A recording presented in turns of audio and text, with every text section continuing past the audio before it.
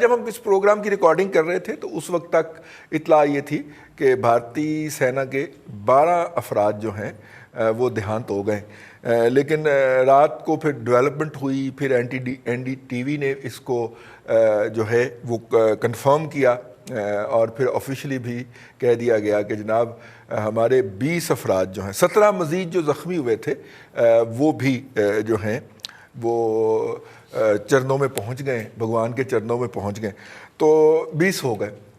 جبکہ وہاں پہ جو انڈیپینڈنٹ جرنلسٹ ہیں یا جو حکومت کی اس بات سے ایگری نہیں کرتے، وہ کہتے ہیں کہ حکومت جو ہے وہ چونکہ عوام کو ہائپ کر چکی تھی تو ڈی ہائپ کرنے میں وقت لگے گا، تو کیجویلٹیز کی تعداد 50 سے زائد ہے، لیکن وہ آہستہ آہستہ ریویل کرے گی۔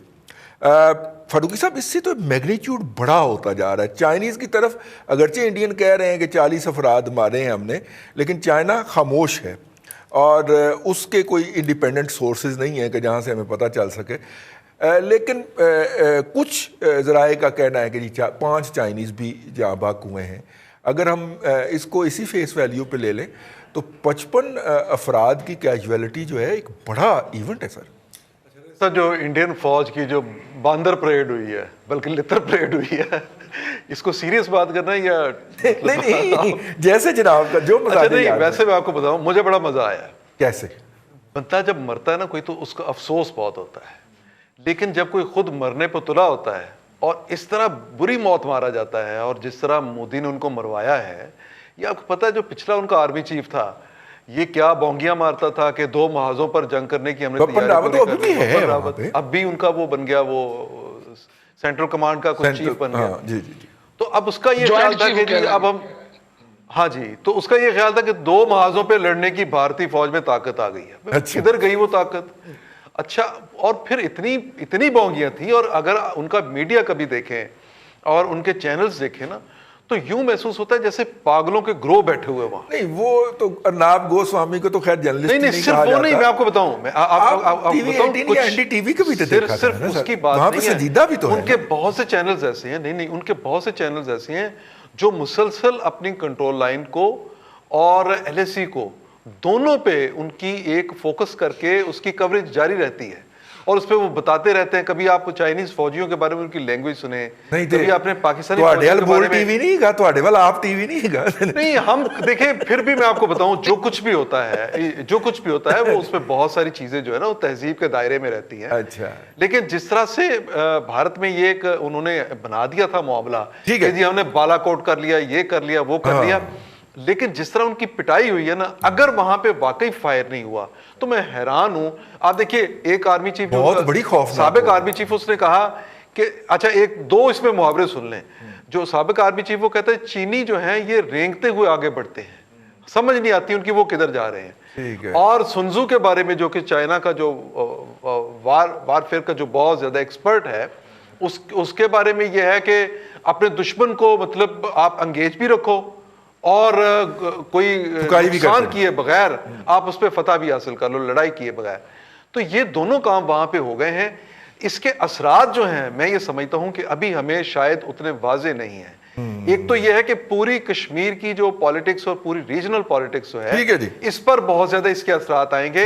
چائنا کس حد تک اندر گھس چکا ہے، چائنا کس حد تک بھارت کو نقصان پہنچا چکا ہے، بھارتی میڈیا بتانے کے لیے تیار نہیں ہے، بھارتی فوج بتانے کے لیے تیار نہیں ہے، اور چائنیز اپنی فتح کے بارے میں بتانے کے لیے تیار نہیں ہے۔ جو کل میں نے ایک پریڈ جو ہے جو انڈین میڈیا نے دکھائی کہ اس لڑائی کے بعد، اس واقعے کے بعد چائنیز فوج کس طرح سے وہاں اپنی ایکٹیویٹیز جاری رکھے ہوئے ہے، اس سے یوں محسوس ہوتا ہے کہ چائنا ابھی مزید آگے بڑھے گا اور چائنا مزید علاقے پہ قبضہ کرے گا، اور بھارتی فوج کی جس طرح ٹھکائی ہوئی ہے، جس طرح سے ٹھکائی ہوئی ہے، چین تو گیو، اب لداخ بھی گیو، ٹھیک ہے، لداخ بھی گیو، جو کچھ ان کے ساتھ ہوا ہے، یہ میرا خیال ہے معاملہ مزید ابھی آگے بڑھے۔ جی بالکل ٹھیک ہے چاچو، یہ جو اس وقت ہائپ کی ہوئی ہے انڈین میڈیا نے اپنے لوگوں کے لیے، اور خاص طور پہ انہیں پاگل بنا رکھا ہے، مجھے تو لگتا ہے کہ لداخ بھی گئے ہو اور باقی بھی علاقے گئے ہو جو کہ مقبوضہ کشمیر کا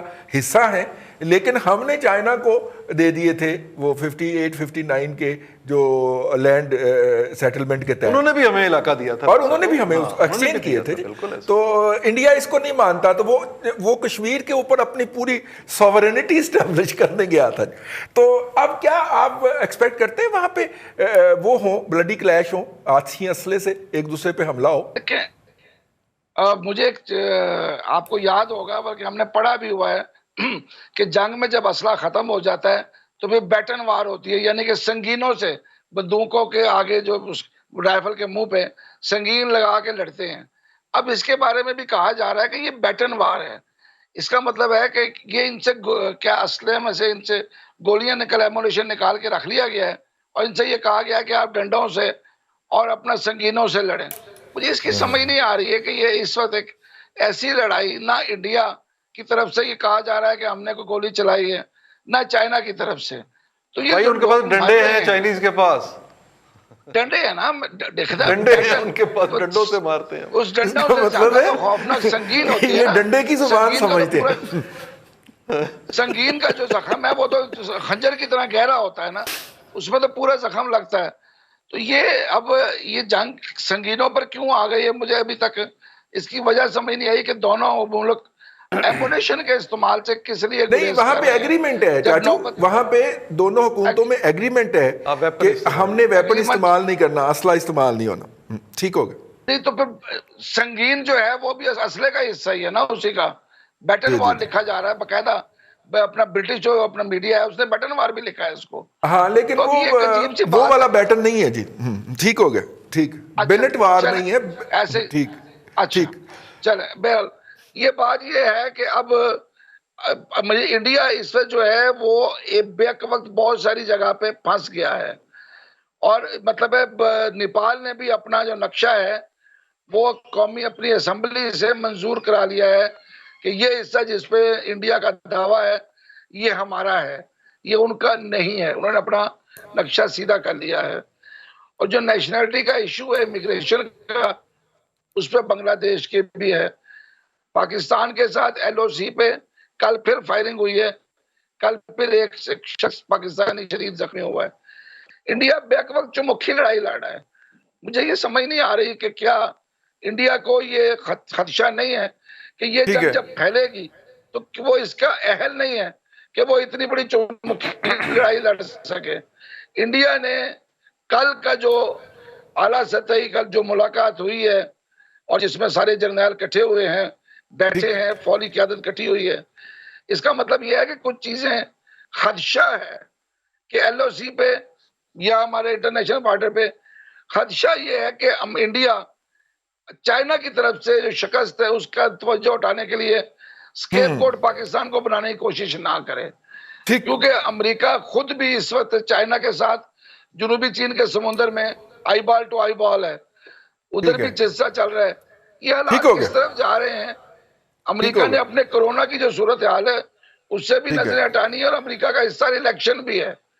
بالکل ٹھیک ہے. چیزیں کہیں اور بھی ہو رہی ہیں، ان کو بھی دیکھنا پڑے گا اس کے ساتھ. بالکل ٹھیک ہے. اپنا ممتاز بھٹی صاحب. دیکھیں رضوان صاحب، ایک تو جو ہماری اکثر تجزیے ہوتے ہیں وہ ہماری خواہشات کے اسیر ہوتے ہیں، اور جو ہم چاہ رہے ہوتے ہیں کہ یہ ہو جائے تو وہ ہم بول رہے ہوتے ہیں کہ جی آگے ایسا ہوگا. دیکھیں یہ جو واقعہ پیش آیا اس میں یہ جو بہار رائفلز کے سی او ہیں سنتوش صاحب، یہ اپنے جوانوں کے ساتھ جا کے چائنی کیمپ میں گھسے اور وہاں پہ بندے بھی مروائے اور خود بھی مارا گیا. اور یہ چیز جو انڈین ہیں یہ اس کو اب آہستہ آہستہ ایکنالج کر رہے ہیں، اور چائنیز کے پاس اس کے پروف ہیں. اور آج جو فورن آفس کی آفیشلز کی سطح کے اوپر ان کی جو بات چیت ہوئی ہے اس میں دونوں ممالک نے، یہ ٹائمز آف انڈیا کی خبر ہے، ڈی ایسکیلیشن کے اوپر زور دیا ہے اور ایگری کیا ہے کہ صورتحال کو مزید خراب ہونے سے بچایا جائے گا. اب یہ اس شخص کی فوج یا ملک جو ہے وہ یہ کر رہا ہے جو کہ آپ کو معلوم ہے کچھ عرصہ پہلے ہر جگہ کھڑے ہو کے کہا کرتا تھا میں گھس کے ماروں گا، گھس کے ماریں گے، یہ کر بیوقوف. اور جتنا اس کو ہم نے مودی کو بیوقوف بنا کے اپنی عوام کے سامنے پیش کیا نا، ہمارے لوگ اس کو واقعی اب بیوقوف سمجھنے لگے. حالانکہ یہ بیوقوف نہیں ہے. جدھر سے اس کو پتہ ہے مار پڑنی ہے ادھر اس نے لڑائی نہیں لڑنی ہے. دریا برد ابھی تو لاشیں ہی نہیں ملی, لاشیں ڈھونڈتے پھر رہے ہیں وہاں سے جو دریا میں گرے یا پھینکے گئے. تو دیکھیں ایکچولی اس کا سارا جو ہائپ کریٹ کر کے ریجن کے اندر بالآخر اس نے پاکستان کی طرف رخ کرنا ہے. اور ویسے روزانہ کی بنیاد کے اوپر پہلے بھی چیزیں ہو رہی ہیں, تو ہمیں اپنا گھر ٹھیک کرنا چاہیے. اس نے تو ادھر لڑ لیا, گھر میں لڑ رہے ہیں, اس کے اوپر تنقید ہو رہی ہے. ہم ایک ہی کام کر رہے ہیں کہ ہم اپنے گھر میں لڑ رہے ہیں اور اس کے اوپر ہم پورا فوکسڈ ہیں. ہمیں یہ گھر کی لڑائی ختم کر کے اگر تو ہم نے چیزوں کو بہتر بنانا ہے. دیکھیں اس کو معلوم ہے کہ چائنا کے ساتھ انڈیا کو کسی صورت جنگ جو ہے وہ افورڈیبل ہی نہیں ہے. اور وہاں پہ آپ یہ رولا شلا کیا ڈال رہے ہیں, میکسیمم کیا کریں گے, ایک آدھ دن بعد جو ہے نا وہ اعلامیہ جاری کریں گے, چائنیز مصنوعات کا بائیکاٹ کریں, یہ کریں وہ کریں, اور اس کے بعد رفع دفع ہو جائے گا. نہ یہ وہ ایریا کلیم کریں گے, بلیو یو می, جو ایریا ان کے پاس چلا گیا ہوا ہے یہ چھوڑ دیں گے, اور نہ یہ ان کے ساتھ لڑائی لڑیں گے. ان کا سارا جو فوکس ہے وہ ہماری سائڈ کے اوپر ہے, ایل او سی کے اوپر ہے, اور لائن آف ایکچوئل کنٹرول کے اوپر ہے. اور جب بھی کوئی مسئلہ ہوگا یہ پاکستان کے ساتھ لڑنے کی کوشش کریں گے.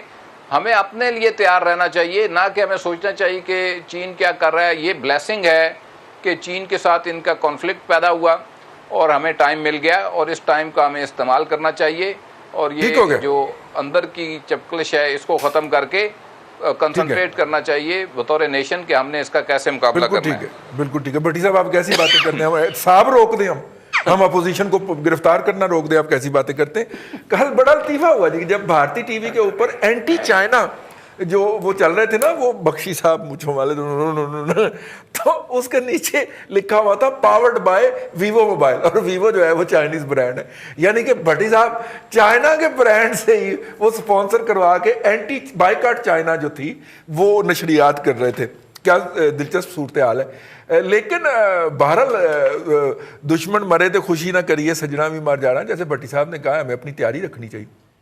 بالکل درست ہے, چونکہ ان کا ایکچوئل مقصد بھارت نے کبھی بھی پاکستان کو نہ تسلیم کیا ہے نہ وہ کرے گا. اس کا خیال یہی ہے جی کہ پاکستان کے ساتھ میں ہلکی پھلکی لڑائی رکھوں گا تو یہ دب دب کے رہیں گے میرے سے. اب وہ وقت گزر چکا ہے, اب تو وارفیئر کدھر کی کدھر چلی گئی. اب تو کمروں میں بیٹھ کے اور بوم کے بٹن دبائیں تو وہ کدھر کا کدھر ڈرون نکل جاتا ہے, سارا کچھ ہو جاتا ہے. یہاں سے بندہ یہاں وہ علاقہ غیر میں ہوتا ہے تو وہ اس کو آپ ڈرون یہاں سے ٹریس کر لیتے ہیں.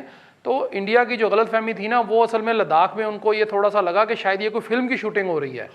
وہ بیوقوفوں کی طرح پہنچا ہی نہیں. وہ 3 ایڈیٹس کی وہ فلم وہیں پہ بنی ہے, لداخ میں ہی بنی تھی 3 ایڈیٹس. تو اس میں ایک ایڈیٹ ہے ان کے پاس, وہ ان کو مروا رہا ہے. دوسرا ایڈیٹ ان کا وہ سابق جو فوجی چیف ہے, پتہ نہیں وہ بپن راوت کے بپن روات اس کا نام, پتہ نہیں کیا وہ بندہ ہے. ان کو سمجھ ہی نہیں آ رہی ہے کہ بھائی جان ایسے نہیں, راوت کو فارغ کرنے کی باتیں ہو رہی ہے انڈین میڈیا میں. نہیں وہ بالکل ٹھیک ہے, وہ فارغ ویسے ہی فارغ ہے. اس کو 60 سال سے اوپر بابا جی ہیں, ان کو ویسے ہی گھر بیٹھ کے کوئی وہ آرتی ارتی جو وہ اتارتے ہیں اپنے وہ خدا کی وہ اتارے ہیں. ان کا تو کام ہی نہیں رہ گیا.